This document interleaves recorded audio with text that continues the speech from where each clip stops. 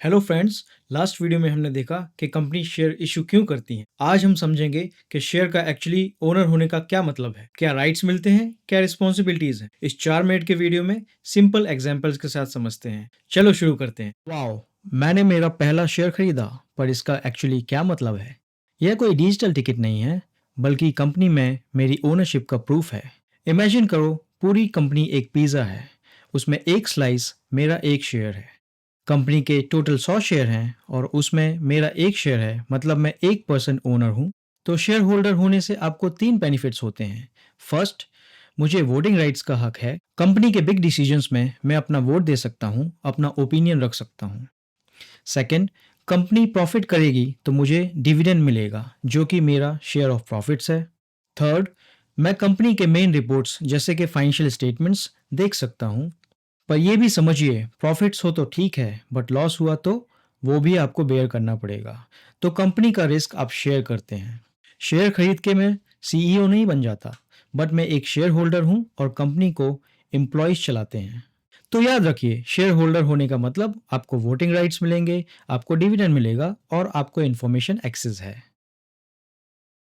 तो चलिए आप एक रियल लाइफ एग्जांपल लेते हैं कोल इंडिया का और देखते हैं उसने मार्केट में कितने शेयर्स इशू किए हुए हैं। तो जैसा कि आप स्क्रीन पे देख पा रहे हैं, कोल इंडिया ने 631 करोड़ शेयर्स इशू किए हैं मार्केट में। तो अब हम जानेंगे कि ये शेयर्स एक्चुअली में ओन कौन कर रहा है।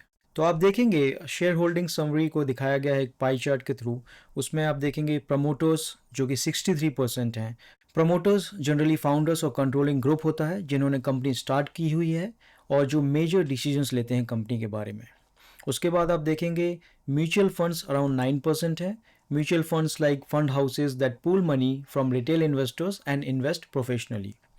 उसके बाद आप देखेंगे financial institutional investors is around 8%। Financial institutional investors जो कि फॉरेन कंपनीज हैं, हेज फंड्स हैं और ग्लोबल इंस्टीट्यूशंस हैं जो इन्वेस्ट करते हैं इंडियन कंपनीज में फ्रॉम ओवरसीज। और आप देखेंगे पब्लिक इन्वेस्टर्स ओनली 6% हैं। Public investors like you and me who by the shares through trading accounts. और जो अदर हैं वो 13% है, which is a mixed category of insurance companies, banks, corporate bodies and other domestic institutions.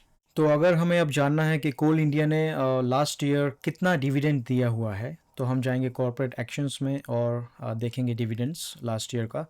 उसमें dividends 4 बार दिया हुआ है। तो इसका क्या मतलब है? सपोज अगर आप 1000 शेयर होल्ड करते हैं तो लास्ट ईयर आपको 31 को 5.6 मिला है। दैट मीन्स आपको एक शेयर में 5.6 रुपीज़ मिले हैं और आपको इसको मल्टीप्लाई करना पड़ेगा 1000 से, विच इज़ लाइक 5600 रुपीज़ आपको लास्ट ईयर डिविडेंड मिला हुआ है जनवरी में।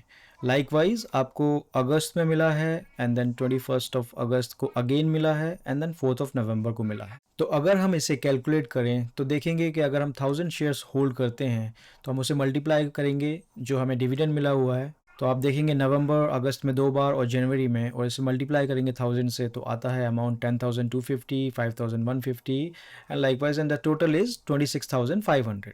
सो आपको 26,500 रुपये मिलते अगर आप 1000 शेयर होल्ड करते। रफली द प्राइस वॉज अराउंड 400। सो आपको अगर 4 लाख रुपए लगाते और 26,000 मिलते तो करीबन आपको 6.28% सिर्फ डिविडेंड से मिल जाता। तो अब अगर आपको और जानना है कि फाइनेंशियल रिपोर्ट्स या नंबर्स देखने हैं कंपनी के, तो आप कंपनी की वेबसाइट पे जा सकते हैं। सो ये कोल इंडिया की वेबसाइट है। उस पर आप अगर पब्लिक इन्फॉर्मेशन में जाएंगे, रिपोर्ट सेक्शन में जाएंगे, तो आपको एनुअल रिपोर्ट वहाँ मिल जाएगा और आप डाउनलोड करके उसके फाइनेंशियल्स देख सकते हैं। जो पब्लिकली लिस्टेड कंपनीज होती हैं उनको अपना फाइनेंशियल्स डिस्क्लोज करना होता है publicly because they are listed.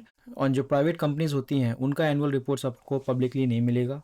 सो अगर आप उसमें शेयर होल्डर हैं तो आपको वो इन्फॉर्मेशन राइट्स का एक्सेस है और वो आप कंपनी से ले सकते हैं टू अंडरस्टैंड कंपनी कैसा कर रही है, उसके फाइनेंशियल्स कैसे हैं, उसका प्रॉफिट हो रहा है, लॉस हो रहा है, रेवेन्यू कैसा है, ऑपरेशंस कैसा चल रहा है एंड एक्सेट्रा। तो इसको सिंप्लीफाई करें तो आजकल बहुत सारी वेबसाइट्स हैं जो कि बहुत ही ईजी वे में आपको इन्फॉर्मेशन प्रोवाइड कराती हैं, लाइक trendline.com, जिसमें आप जा सकते हैं और किसी भी कंपनी के बारे में स्टडी कर सकते हैं। तो हमने समझा शेयर होल्डर होने से हमें 3 बेनिफिट्स मिलते हैं: वोटिंग राइट्स, इन्फॉर्मेशन एक्सेस और डिविडेंड। और ऑफ कोर्स आपको प्रॉफिट भी मिलता है अगर शेयर का प्राइस ऊपर जाए। और अगले वीडियो में हम जानेंगे कि आप शेयर मार्केट में एक्चुअली पैसा अर्न कैसे करते हैं। आई होप आपको ये टॉपिक यूजफुल लगा। बने रहिए मेरे साथ, मिलते हैं नेक्स्ट टॉपिक।